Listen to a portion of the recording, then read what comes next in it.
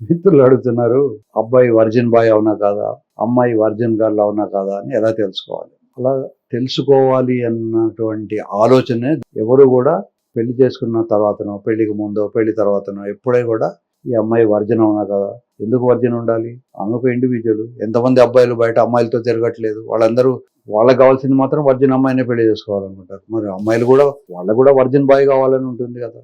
కనుక ఇట్లాంటి పాత చింతకాయ ఆలోచనలు మానేయండి. ఒక వ్యక్తిని వ్యక్తిగా చూడడం నేర్చుకోండి. ఒకవేళ అమ్మాయికి ఎప్పుడైనా హార్మోన్స్ వల్ల, వయస్సు వల్ల ఏదైనా డిజైర్ వచ్చి ఒకవేళ ఏదైనా చేసి ఉంటే కూడా అదేమి పెద్ద తప్పుగా భావించి ఆమెను జీవితాంతం సృష్టించే అధికారం నీకు లేదు. అమ్మాయి అనేది ఒక ప్రాపర్టీ కాదు.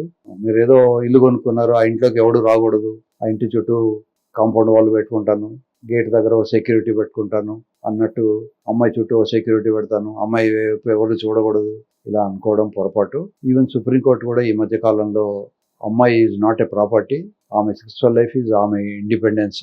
ఒకవేళ నీకు అంతగానో ఇష్టం లేకపోతే డైవర్సీ కానీ ఆ అమ్మాయి కానీ అబ్బాయిని కానీ క్రిమినల్స్గా చూడడానికి ఉండదు అని రీసెంట్ చాలా స్టేట్మెంట్స్ అవి వచ్చినాయి. కనుక మీరు ఏ వ్యక్తి కూడా అబ్బాయి కావాలి, అమ్మాయి కావాలి, వీళ్ళు వర్జిన్గా ఉండాలి అని అనుకోవడమే ముందు పొరపాటు.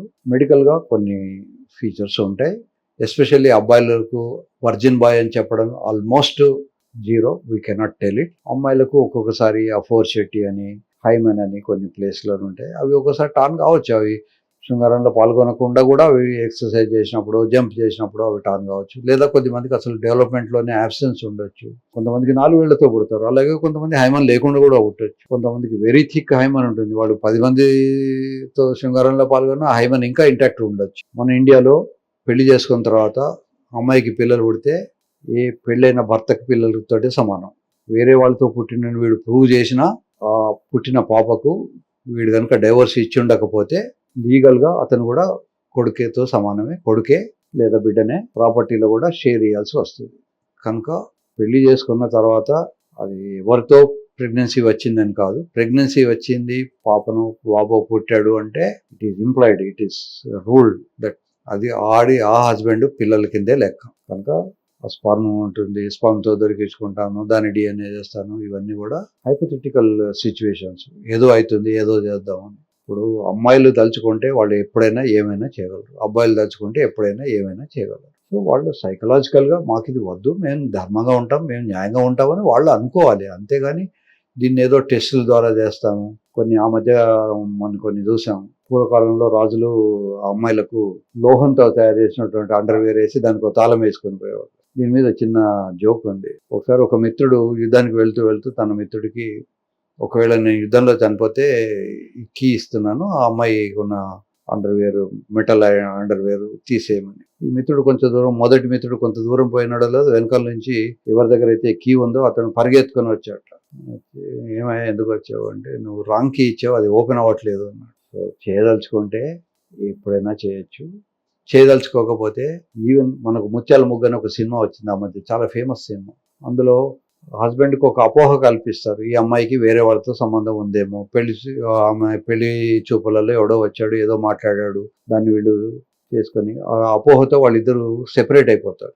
రావు గోపాలరావు అందులో విలన్. అందులో ఒక గొప్ప డైలాగ్ ఉంది, మనిషి అన్నాక కళాపోషణ ఉండాలి అని ఒక చిన్న డైలాగ్ చెప్తాడు రావు గోపాలరావు. చాలా ఏళ్ళు చాలా ఫేమస్గా ఆ డైలాగ్ జనాలు అందరూ చెప్పుకునేవాళ్ళు. కనుక డిఎన్ఏ టెస్టులు చేయించుకోవడాలు ఇవన్నీ కూడా పిచ్చి పిచ్చి ఆలోచనలు. ఒక అమ్మాయిని అమ్మాయిగా ఆహ్వానించండి మీ జీవితంలోకి. ఈవెన్ ఒకవేళ అమ్మాయికి ఆల్రెడీ సంబంధం ఉన్న అమ్మాయికి పిల్లలు పుట్టి ఉన్నా కూడా తప్పేముంది, అమ్మాయి మీ లైఫ్లోకి ఆహ్వానించండి. ఆ అమ్మాయికి మీరు ఒక సెక్యూరిటీ ఇవ్వండి. ఇప్పుడు ఎంతమంది అబ్బాయిలు పెళ్లికి ముందు ఎంతమందితో తిరగట్లేదు, వాళ్ళందరూ వర్జిన్ బాయ్సా? దానికి ఏం టెస్ట్ ఉంటుంది? పిచ్చి పిచ్చి ఆలోచనలు మానండి. ఈవెన్ టుడే అమ్మాయిలు 99.9999 మంది గొప్పవాళ్ళు. వాళ్లకు ధర్మం మీద, న్యాయం మీద ఉన్నటువంటి కాన్సెప్ట్ చాలా గొప్పది. మగపిల్లల కన్నా కూడా ఆడపిల్లలు, చిన్నపిల్లల నుంచే, చిన్నప్పటి నుంచే వాళ్ళందరికీ కల్చర్ అవి నేర్పిస్తారు. ప్రతి స్త్రీ కూడా ఒక గొప్ప తల్లే. మనం ఒక చిన్న స్పర్మ్ ఇస్తే అది 1 మిల్లీగ్రామ్ కూడా ఉండదు, వాళ్ళు 3 కిలోల పాపని ఇస్తారు. అట్లాంటి గొప్ప శక్తివంతురాలైనటువంటి స్త్రీని ఏదో ఊహించుకొని ఆమెను ఇబ్బంది పెట్టి మీరు ఇబ్బంది పడి జీవితాన్ని నాశనం చేసుకోకండి. స్త్రీలను గౌరవించడం నేర్చుకోండి. ఒకవేళ దురదృష్టవశాత్తు ఒకవేళ ఆమెకు అంతకుముందు ఏమైనా ఉండి పిల్లలున్నా కూడా వాళ్ళ పిల్లలు కూడా మీరు పిల్లలుగా పెంచుకోండి. మీరు కుక్క పిల్లని పెంచుకున్నా కూడా కుక్క పిల్లకు మీ మీద ప్రేమ ఉంటుంది, మీకు కూడా కుక్క పిల్ల మీద ఉంటుంది. ఆ మధ్యకాలంలో నేను చదివాను, ఒక పెద్ద పోలీస్ ఆఫీసర్ ఇంట్లో కుక్క తప్పిపోతే ఆయన కుక్క మళ్ళీ దొరికేంత వరకు స్నానం చేయకుండా నైట్ డ్రెస్ లోనే ఉన్నాడు. పోలీసులందరూ కష్టపడి ఏదో కుక్కను వెతికి తెచ్చి ఇచ్చారు. సో అలా ఆఫ్టర్ ఆల్ కుక్క పిల్ల మీదనే అంత ఉన్నప్పుడు ఒక మనిషి మీ జీవితానికి వచ్చి మీ ఇంట్లో ఉండి మీకు అన్ని సర్వ్ చేసినప్పుడు ఆమె క్యారెక్టర్ గురించో ఆమె ఎవరితోటో ఉండి ఉంటుందనో ఇట్లాంటి ఊహాజనితమైనటువంటి సిచ్యువేషన్స్ క్రియేట్ చేసుకొని మీ మనసు ఖరాబ్ చేసుకొని అమ్మాయి జీవితం కూడా నాశనం చేయకండి. అట్లాంటి ఆలోచనలు ఉన్న వాళ్ళు పెళ్లి చేసుకోకూడదు. పెళ్లి చేసుకునే వాళ్ళు ఓపెన్గా యాక్సెప్ట్ చేయగలం అనుకున్న వాళ్ళు మాత్రమే పెళ్లి చేసుకోవాలి. Everybody should not marry.